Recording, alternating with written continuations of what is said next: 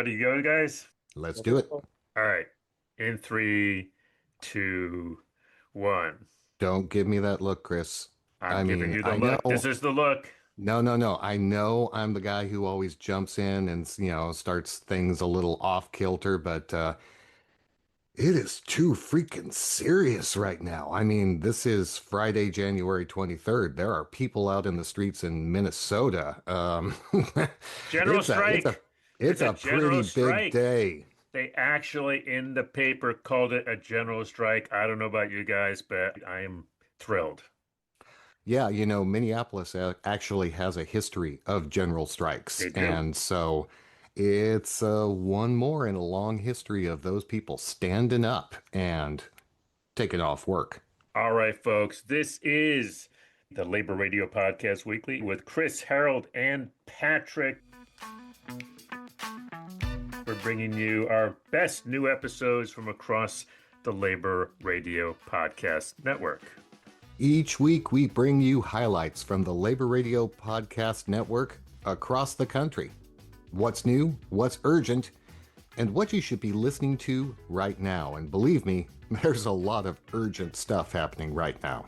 And this week's theme is resistance on the job, in the streets, and inside our unions. So here's what we've got lined up this week, from mass resistance to ice raids to organizing basics to lessons from labor history that you can use right now. I think we just talked about some of that labor history, and labor history is happening now in Minnesota. We'll hear from working people with union organizers on the ground in Minnesota as workers confront an unprecedented federal crackdown and call for a statewide day of no work, no school, and no shopping. I hope that they see our example and they take heart from that and they model what we've done here, because the Battle of Minneapolis will indeed be won by the working class. On Re-Rise Fighting, frontline reports from Minneapolis.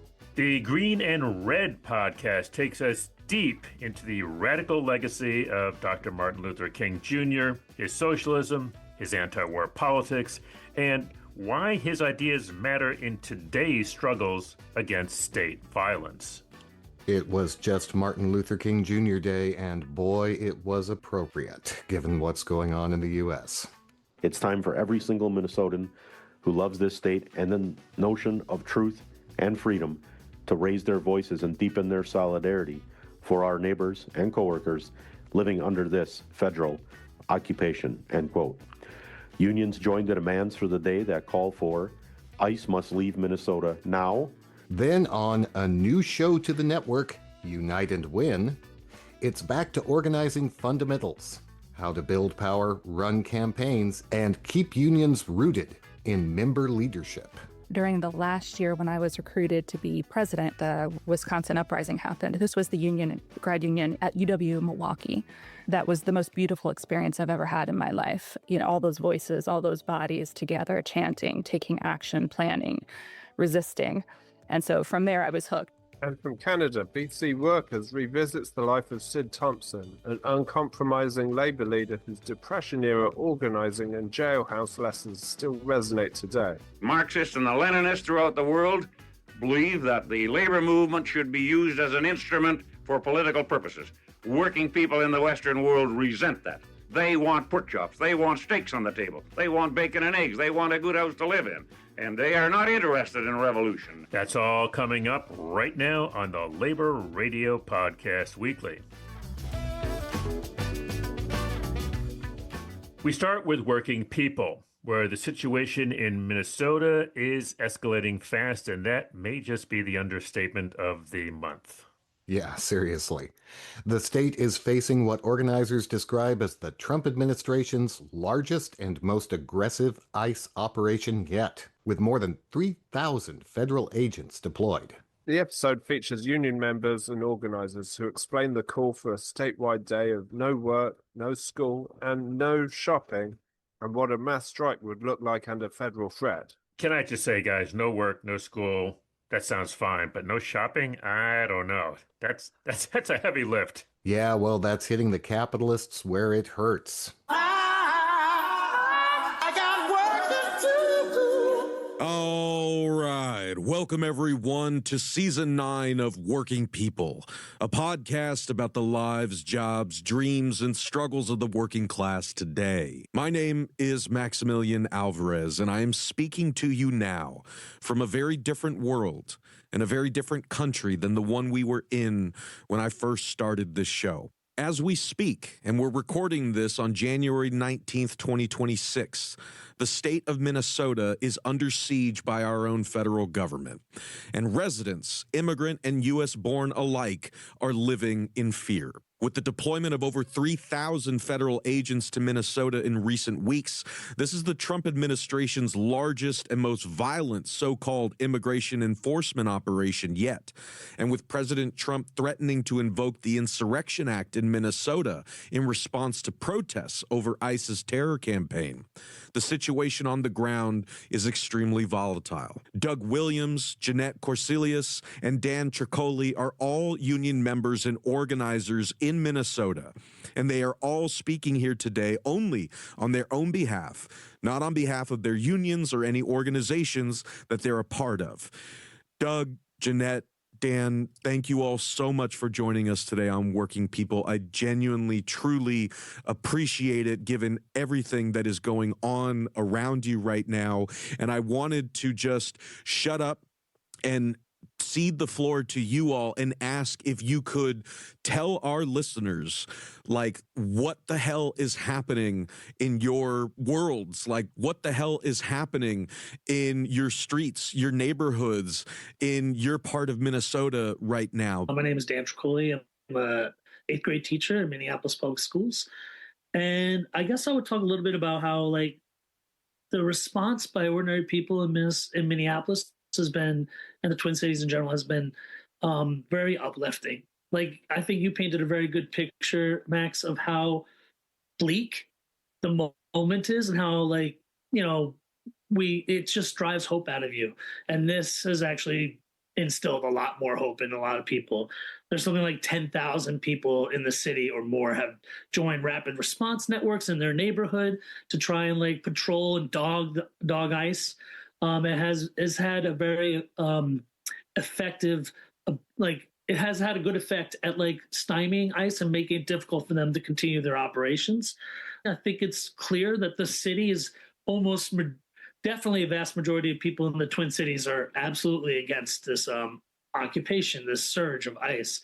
In our own union, in my union, MFE, and members have been active trying to do something, pull together networks of people in their buildings and around the city in schools to try and, like, help immigrant students and families. Anticipating something like this happening, it was organized over a year ago, and that network was really important in helping, like, schools respond pretty quickly.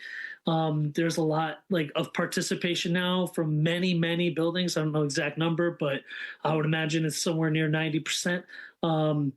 That, like, most buildings have some sort of, like, patrol system, ability to contact their families who are affected, mutual aid, whether it's getting people rides to work and back, or food, or things that they need to do that they just are too scared to leave their house to do. And that's, you know, it's uneven, as most things are typically in organizing, but it's there. Which is, like, it's just a new thing for me in my experience of union organizing. I've been doing it for a long time. And I would just add one last thing, which is that I think that should really come as no surprise. All this should come as no surprise to anyone sort of who's been following the events in Minneapolis for the last, like, 10 years-ish, that, like, the George Floyd uprising literally instilled in people in this city a sense of a fight for racial justice. And I would argue that was carried through in a number of different actions that various organizations have done since that time. Like, our own union went on strike in 2022 for the first time in something like 50 plus years. And centering the demands for our ESPs was, like, a key demand of that strike that elevated it above everything else and made a lot of people see it as, like, a fight, another piece in the fight for racial justice. So it's not surprising to me that many tens of thousands of people just come out. Like, our protests, some of our big days of protests are upwards of 30, 40,000 people. I mean, it's no joke. And I think that the anticipation is that it will continue. So, Douglas Williams, I am a union organizer living in Minneapolis. You know, this fascist administration can say whatever they want, but we should be very clear about what this is. It's never had anything to do with fraud. If we were deporting entire communities of people based on them engaging in fraudulent behavior, there wouldn't be a single Caucasian left on Turtle Island. So let's just be real about this, okay? This was never about making the Twin Cities safe. This is a campaign of retribution because they remember the spirit of Minneapolis in the summer of 2020 and how we said that we weren't going to sit here and watch a 9-minute video of a black man being choked to death, crying out for his mother, and take that lying down. And so we rose up. And the thing about this administration is they do have long memories. This is a campaign of terror. This is a campaign of occupation, and they see it as a campaign of pacification. But you know what? The thing about organized people is they will defeat organized money, and they're bought and paid for politicians every damn time. And so what have I seen around the Twin Cities? I've seen solidarity. I've seen people who might have been the type whose political activism extended only to casting a ballot every 2 to 4 years. They've been out here in these streets defending their neighbors. They've been out here protesting and calling for boycotts and shaming businesses that work with ICE. What we have seen here is nothing short of a mass community mobilization against fascism, the only sort of thing that has ever defeated fascism. And what I hope is that other communities around the country take heed from Minneapolis's determined resistance against this regime. And I hope that they take some lessons. I hope that they see our example and they take heart from that and they model what we've done here, because the Battle of Minneapolis will indeed be won by the working class. And that's what I've seen over the past few weeks here. Hey all, my name is Jeanette Corsilius. Big thanks to Maximilian for inviting me onto the podcast. I've been a fan for a very long time. So I live in St. Paul. I'm a union organizer and a community organizer in Minneapolis. I'm also a member of OPEIU Local 12, the Democratic Socialists of America, Twin Cities DSA specifically, and the Remember 1934 Collective. What I'm seeing on the ground is regular, averaged, everyday neighbors and citizens alike standing up for not only undocumented immigrants, but all immigrants. But I want to be very clear that this federal attack on Minnesota, they're not just attacking immigrants. They're attacking anybody who dares to stand up and observe the atrocities that they're committing. We're seeing Native American people who have a special status, whether they have tribal IDs or not, being taken and detained. We're seeing Black Americans who are descendants of slavery being taken. We're seeing white folks who dare to defy white supremacy culture. And we're seeing trans and non-binary folks being attacked and targeted too. What happened to Renee Nicole Good was an act of misogyny and homophobia. And A lot of my friends who are standing up to fight have already been taken and thankfully released. But I heard last week that even the people who are being detained and then released, ICE and other federal agents are coming back to detain them again and send them out of the state to Texas, where they're holding people. We're hearing that people are being detained and held in Texas or being killed, murdered by the state.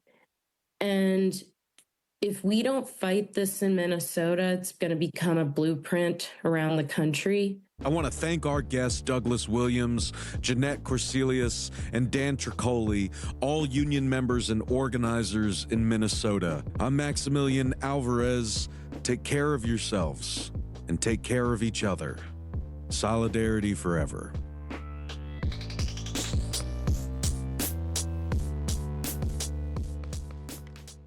Hey, this is Errol Schweitzer, host of the Checkout Podcast.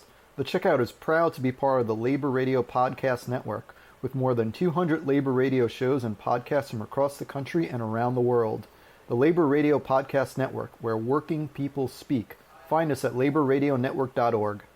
Over on We Rise Fighting, we hear frontline reports from the resistance against ICE in Minneapolis. The show also covers MLK events in Detroit, an upcoming labor community gathering in Fond du Lac, Wisconsin, and updates from movements in Palestine, Cuba, and Venezuela. That's one of the things I love about this show. They cover so many topics, way too many than we can add into the weekly every week.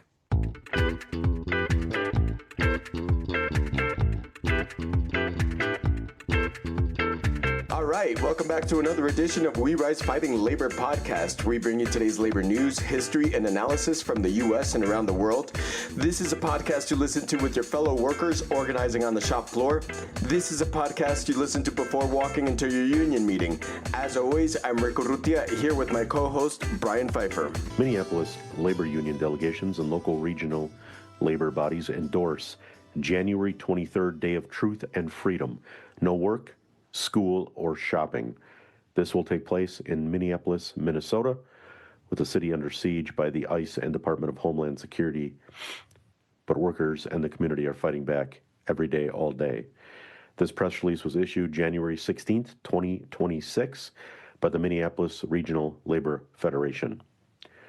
It states, Minneapolis, quote, the Minneapolis Regional Labor Federation, AFL-CIO, along with regional bodies throughout the state, including the St. Paul Regional Labor Federation, the West Area Labor Council, the Northeast Area Labor Council, and the East Central Labor Council, have joined in solidarity to endorse a powerful, united statewide day of action on January 23rd, called Day of Truth and Freedom. The Minnesota labor movement is united against the violent ICE occupation of our beloved cities that has directly impacted union members, our workplaces, and our families. The press release continues, workers are essential for our communities to function. Since the ICE campaign of terror began, both immigrant and non-immigrant workers have feared for their safety when going to work, being at work, and coming home from work. Union members and our families are being illegally detained at alarming rates, with workplaces and schools facing increased challenges. Quote from Chelsea Globitz-Gabo, president of the Minneapolis Regional Labor Federation, AFL-CIO, shared why union federations are joining this call. Quote, working people, our schools, and our communities are under attack. Union members are being detained, commuting to and from work, tearing families apart. Parents are being forced to stay home, students held out of school, fearing for their lives, all while the employer class remains silent. Our labor federations are encouraging everyone to participate on January 23rd, 2026. It's time for every single Minnesotan who loves this state and the notion of truth and freedom to raise their voices and deepen their solidarity for our neighbors and coworkers living under this federal occupation, end quote. Unions joined the demands for the day that call for ICE must leave Minnesota now. The agent who killed Renee Good must be held legally accountable.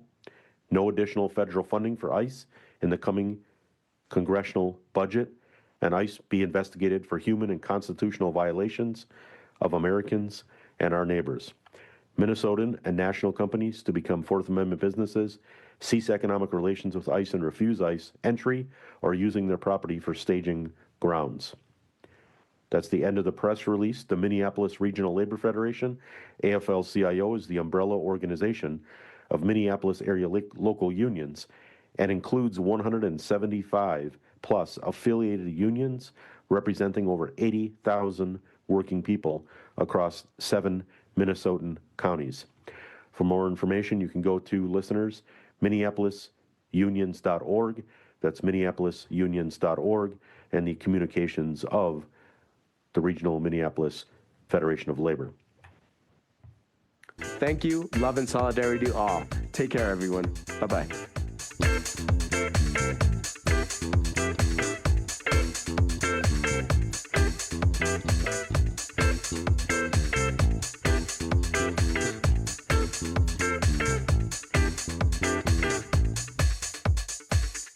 Hey, this is Bob Odie from $1 Million Organizer. We're proud to be part of the Labor Radio Podcast Network, with more than 200 labor radio shows and podcasts from across the country and around the world. The Labor Radio Podcast Network, where working people speak. Find us at laborradionetwork.org. We just celebrated MLK Day weekend, and Green and Red takes a deep dive into the radical legacy of Dr. Martin Luther King Jr. That includes King's opposition to the Vietnam War, the Poor People's Campaign, his socialist politics, and how his ideas continue to shape resistance to state violence today, including what we're seeing right now in, guess where, Minneapolis and beyond. Welcome to Green and Red. Scrappy politics for scrappy people. A regular podcast on radical, environmental, and anti-capitalist politics. Brought to you by Bob Bazanko and Scott Parkin. Welcome to the silky smooth sounds of the Green and Red podcast. I'm your co-host, Scott Parkin, in Berkeley, California today. And as always, I am joined by Bob Bazanko in Niles, Ohio. Yeah, and we're going to be talking about Martin Luther King Jr. His actual birthday was this past week on January 15th, but the federal holiday is on Monday, and we're dropping this over the weekend. And we're going to be talking about the legacy of Martin Luther King. This is something we've done before. It's actually the topic of one of my most read internet articles, right? Something I wrote like about 10 years ago now. Actually, wow. And at the time I called it Martin Luther King for Sale, How to Commodify a Radical, something like that. And the point here is that we know a lot about Martin Luther King. We have a national holiday, right, to celebrate his birthday. And what we hear about him is generally true, right? He did believe in this kind of cross-racial solidarity. And obviously he's the civil rights leader. And everybody markets Martin Luther King Day, McDonald's and furniture stores and you name it, right? Professional leagues, the NBA has Martin Luther King Day basketball games and all that kind of stuff. And they tend to feature the I Have a Dream speech, which is quite powerful, quite beautiful. And the point here is that it leaves out a lot. What they say is true. The right wing calls him a communist, whatever, but we're talking about in mainstream America, what they say about him is true.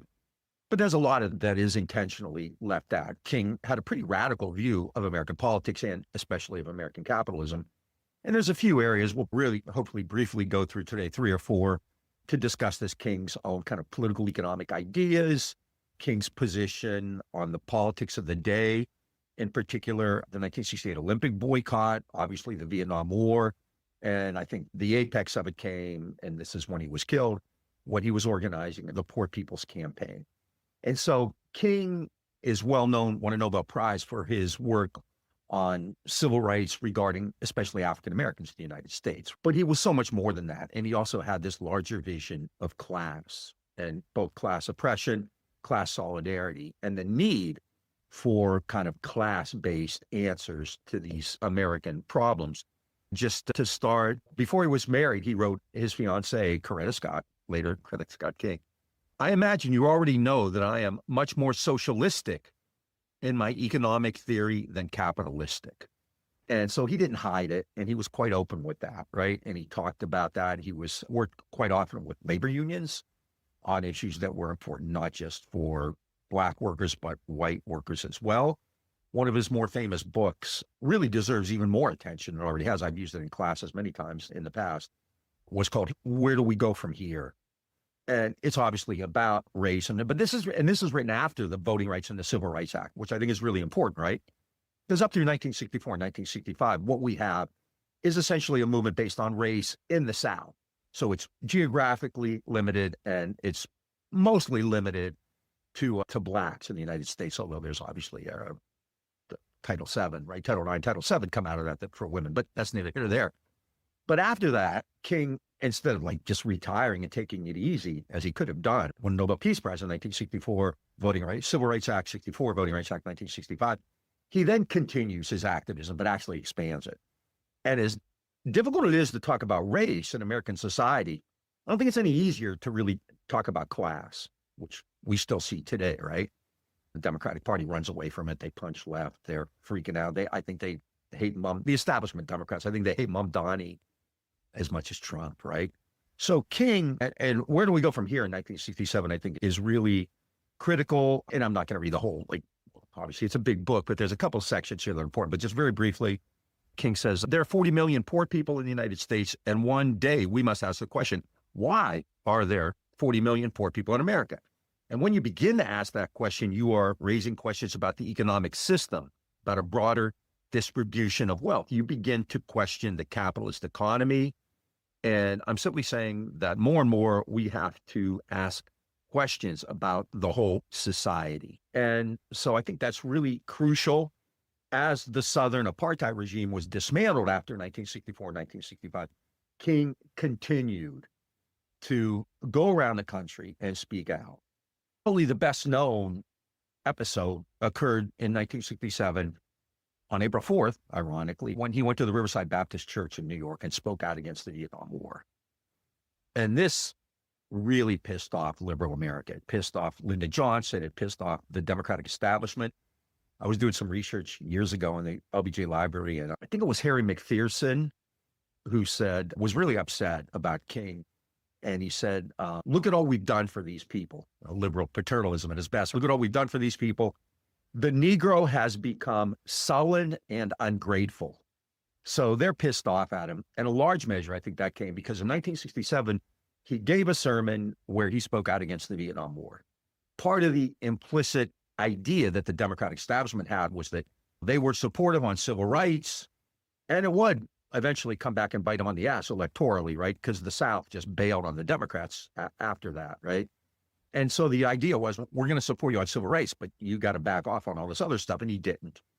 And so in 1967, he gives this very famous sermon, the Riverside Baptist Church, where he says, we're seeing racial solidarity in Vietnam, where young white soldiers and young Black soldiers are fighting and dying together. They're torching Vietnamese villages. They're fighting for Vietnamese rights that they wouldn't even have themselves in Georgia or wherever. And that speech and that movement, it made King an even bigger figure, both for good and bad, right? So people on the left really embraced him even more and saw him not just as this leader of civil rights for Blacks in the South, but somebody who could speak to these larger American issues and connect them together.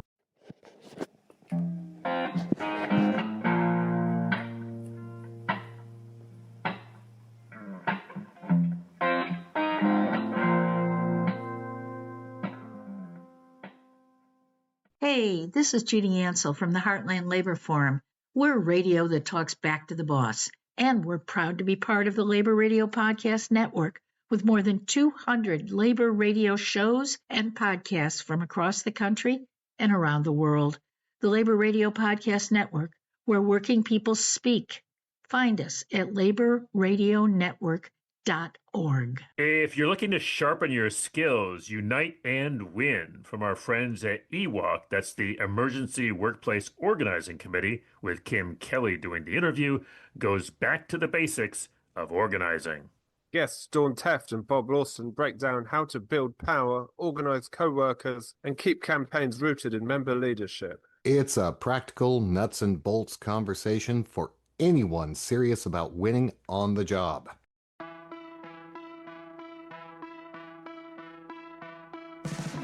Welcome to Unite and Win, a guide to workplace organizing, a podcast series by the Emergency Workplace Organizing Committee, presented in partnership with Haymarket Books. My name's Kim Kelly. Lately, I've been having some great conversations with labor organizers about their own experiences fighting like hell to organize their workplaces across industries, from education and media to fast food and nursing. These conversations are based on EWOC's Unite and Win handbook, which you heard our buddy Wes narrate. They're our way of digging into these lessons with real-world examples that help to illustrate just how much a union can help us accomplish when we come together and fight. Today's episode is all about the basics of organizing.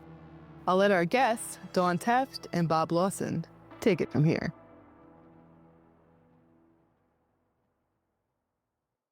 I would love to meet you two.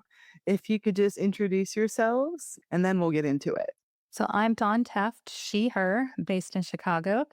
And my current title with EWOC is lead organizer. I'm also an advanced organizer, so I play double roles there.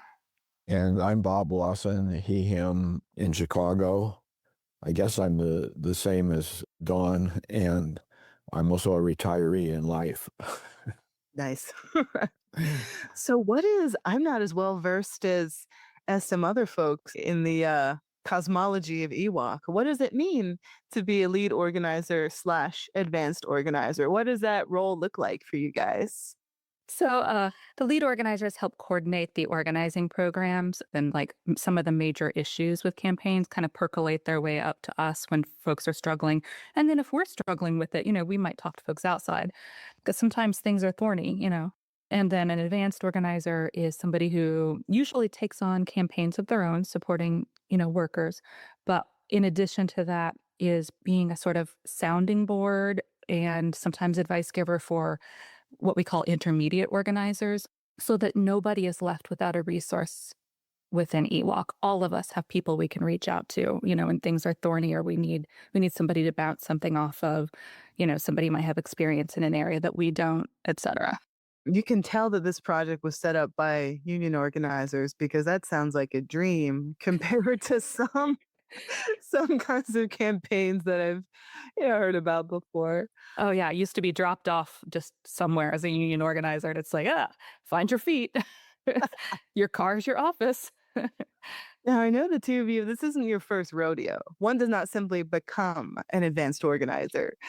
Could you tell us about how you got involved in the labor world in the first place? Like, what's your backstory? And then how did you get involved with EWOC?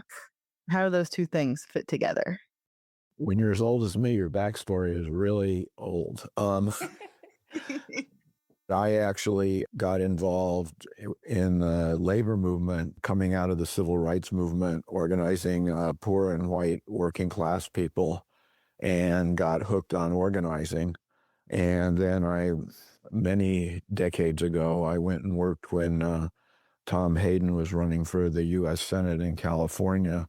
And I was the labor coordinator, not because I knew anything about the labor movement, but because I knew about organizing working class people. And there I met farm workers at the time that they were actually doing real organizing.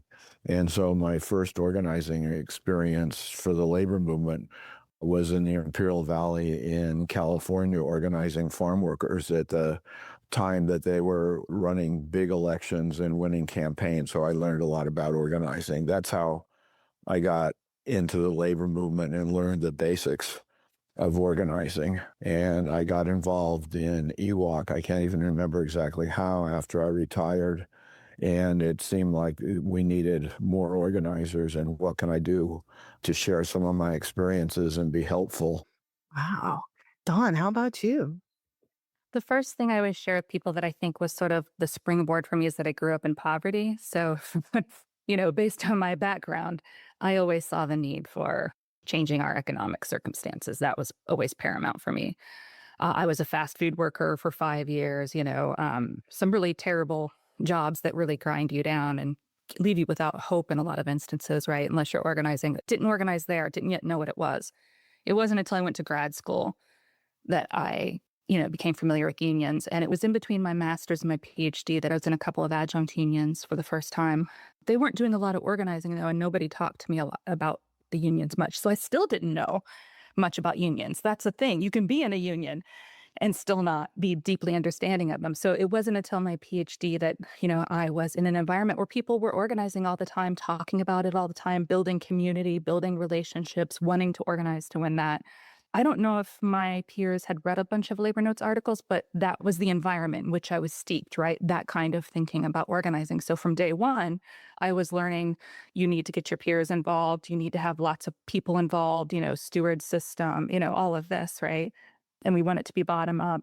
And then during the last year when I was recruited to be president, which at first I didn't want to be, it was in that year, in my last year as president, that the Wisconsin uprising happened. This was the grad union at UW-Milwaukee. That was the most beautiful experience I've ever had in my life. All those voices, all those bodies together, chanting, taking action, planning, resisting. And so from there, I was hooked. And as soon as I graduated, I got a job as a union organizer. And now I've been in the labor movement for nearly 20 years now. I'm doing active union work. And it's one of my life's passions. Man, I'm jealous that you'll have so much experience.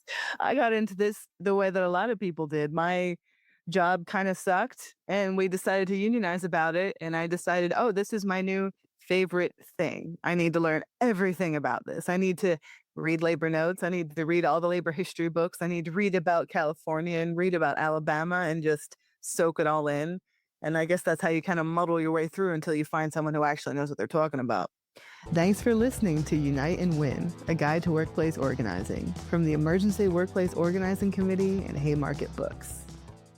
Hey y'all, Adam Keller here from the Valley Labor Report. We're proud to be part of the Labor Radio Podcast Network with more than 200 labor radio shows and podcasts from across the country and around the world. The Labor Radio Podcast Network, where working people speak. Find us at laborradionetwork.org. From Canada, On the Line, Stories of BC Workers, looks back at the life and legacy of Sid Thompson, a major figure in British Columbia's labor movement. The episode draws from rare recorded interviews in which Thompson talks about organizing during the Great Depression, including time spent in jail and how that fighting spirit carried into labor battles across BC's forestry industry. And I can tell you, living just 20 miles from the Canadian border, Sid's legacy is still inspiring working people in BC today.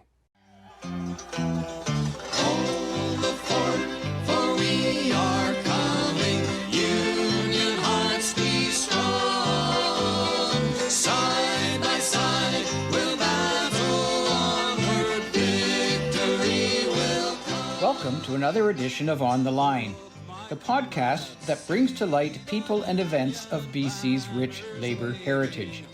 I'm your host, Rod Mickelborough. In this episode, we feature the life and times of the formidable Sid Thompson, someone I covered and got to know during those long ago days when I was night labor reporter for the Vancouver Sun.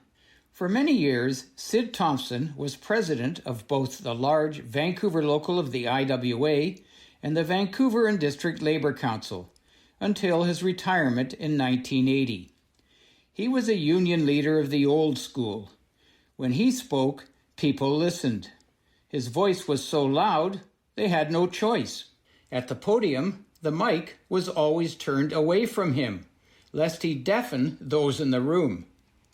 Sid Thompson grew up in southwestern Ontario. He left school after grade 7 to work on the family farm. That didn't keep him long.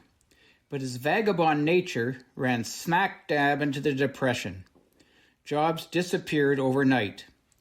Like thousands of other unemployed Canadians, Thompson rode the rails and put up in jungle camps, finding work where he could.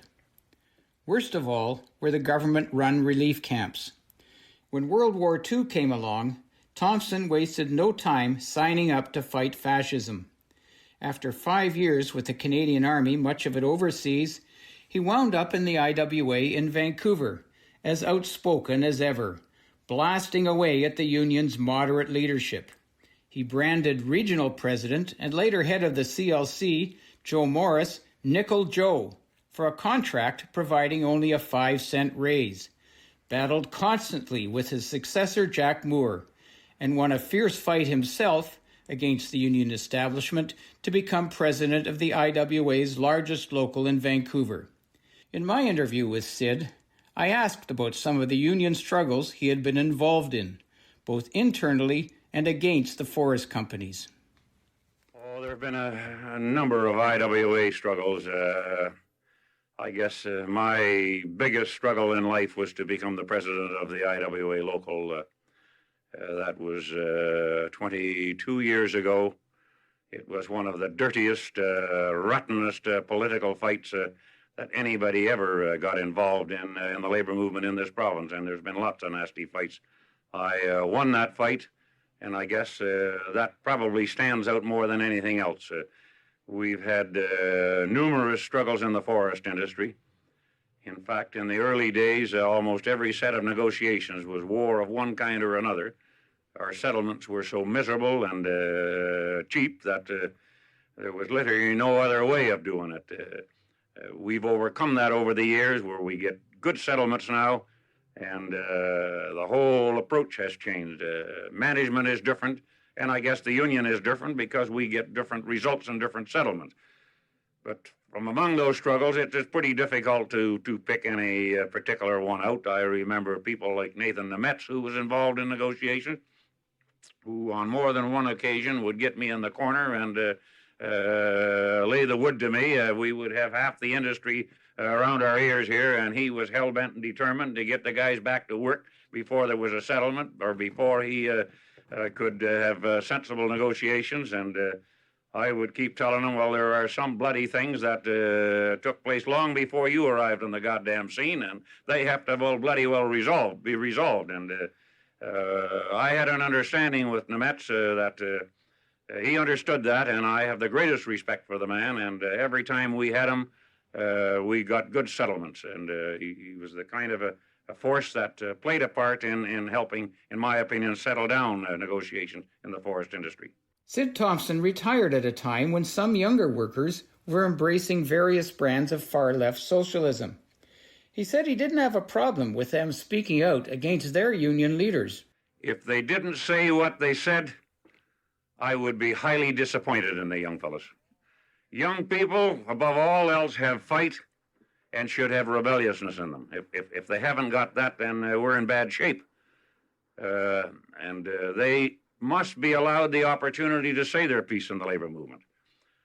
Leadership has to lead, and I've always advocated that. And I don't think anybody can ever say that I was a weak-kneed leader. If I saw a thing a certain way, I pushed it. But he said he had no time for their ideology. And I don't agree with the Maoists, the Trotskyites, the Marxist-Leninist, and there is a variety here today. It's like the alphabet soup. I think they're all on the wrong track. The labor movement is not prepared to accept that philosophy. I learned that many, many years ago. The Marxists and the Leninists throughout the world believe that the labor movement should be used as an instrument for political purposes. Working people in the Western world resent that. Don't want any part of it. And I have yet to see where that philosophy is successful. Where the system has been overthrown, it's always been where there is no labor movement. Russia, China, Cuba. In fact, the labor movement in Cuba opposed Fidel Castro almost until the very last minute and played no part in overthrowing the system there. And where you have a strong labor movement, working people object to their movement being used in that bloody fashion. They want pork chops. They want steaks on the table. They want bacon and eggs. They want a good house to live in. And they are not interested in revolution. That's the philosophy of the labor movement in the Western world. And in that sense, leadership comes into conflict with the young guys who say, bullshit on that stuff. That's not what we want. We want to turn the system upside down. And I repeat, working people don't want any part of that. Sid Thompson died in 1992 at the age of 77, silencing a legendary voice of the BC labor movement.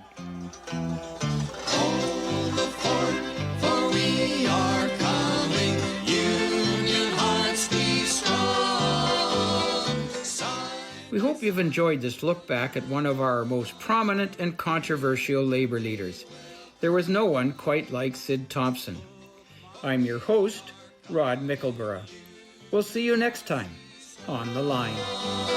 Side by side, we'll battle onward. Victory will come. Hi, this is Michael Funky from the Radical Songbook on PirateButteRadio.com. I'm proud to be part of the Labor Radio Podcast Network with over 200 radio shows and podcasts across the country and around the world. Tune in, laborradionetwork.org. Power to the workers and their union. Before we wrap up, here's our speed round of shows you should know. On the Heartland Labor Forum, United Electrical Workers President Scott Slauson talks about why union leaders must take on controversial political issues. Mental health issues are a big problem in the skilled trades. And on the Union Labor Advisory Network podcast, Michael talks with a rep from IUOE Local 825 about unions leading on mental health, addiction recovery, and member well-being. And on Pipe Up, Plumbers Pipe Pals members discuss breaking stigma around mental health and expanding peer support in the pipe trades. I mean, I don't think I could have put more P's in there if I tried, could I? You could have said popping through the mental health provisions, I guess, but man. Is a perpetual problem. And finally, on the Labor Notes podcast, director Chris Sessions and Working Films' Andy Myers talk about Partners, the brand new documentary on Starbucks baristas. That is either the second or third documentary on baristas, and why we need more labor films, period, which, as director of the DC Labor Film Fest, I heartily endorse. I'm not surprised you managed to slip in a plug for the DC Labor Film Fest, Chris. When does that happen again this year? May 1st, and I'm thinking about it right now because I am compiling our initial list of about 1 million labor films that we would like to show, that we have to winnow down to 10. So that's a hard lift. It is. I'm Rick Smith, and this is Labor History in 2.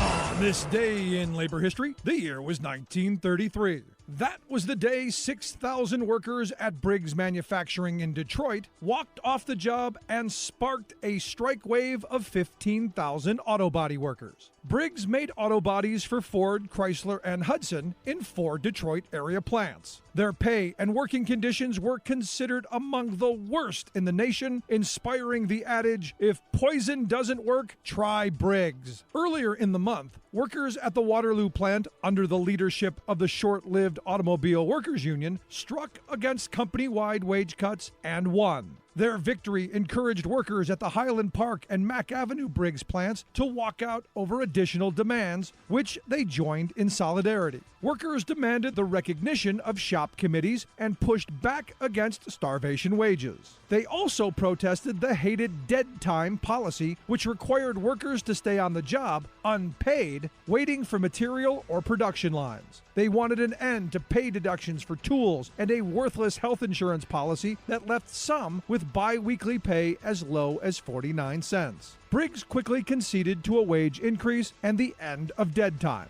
but they would not budge on recognizing the union. As the strike dragged on, strike breakers under police escort increased, as did the red baiting of union organizers. Workers gained nothing more and ended their walkout in early May. According to historian Joyce Shaw Peterson, the walkout had been the most significant auto strike up until that point. Worker militancy and public support were impressive. As one worker recalled, after the Ford Hunger March the year before, workers took to the picket lines, facing down fears of physical injury or even death to fight for a better life. Labor History in 2 brought to you by the Illinois Labor History Society and The Rick Smith Show. And folks, that is a wrap for this week's Labor Radio Podcast Weekly, your roundup from more than 200 shows across the network.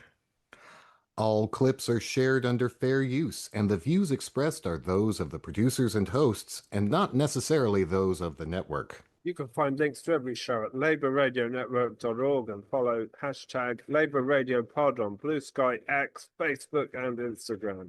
And hey, support the network with union-made t-shirts, 2 colors, all sizes, at labourradionetwork.org. This podcast recorded proudly under a SAG-AFTRA collective bargaining agreement. You know it is. I thought you were going to give us a little song there. Maybe a little union song? No? Okay. Solidarity forever. Edited this week. Easy for me to say. Edited this week by Patrick Dixon. Produced by me, Chris Garlick. Social media, always and forever, by Harold Phillips. For the Labour Radio Podcast Weekly. Thanks for listening. Stay active. Stay tuned to your local labor radio or podcast show. And we'll see you next week. And hey, if you're out in the streets today or this weekend, stay warm and stay safe.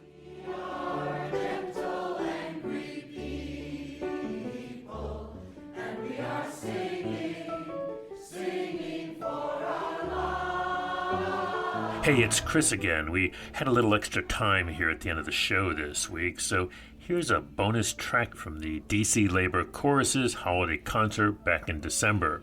We featured a longer excerpt on this week's Labor Heritage Power Hour.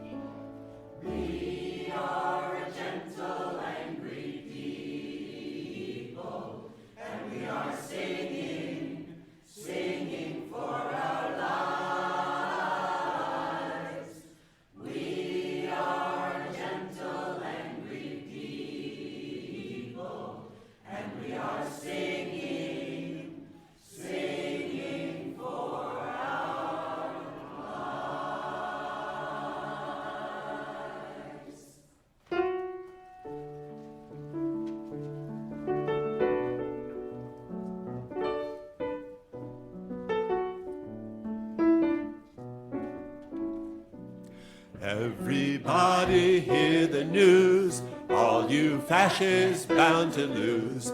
Keep your eyes on the prize, hold on. Come on people, take a stand, let's march forward hand in hand.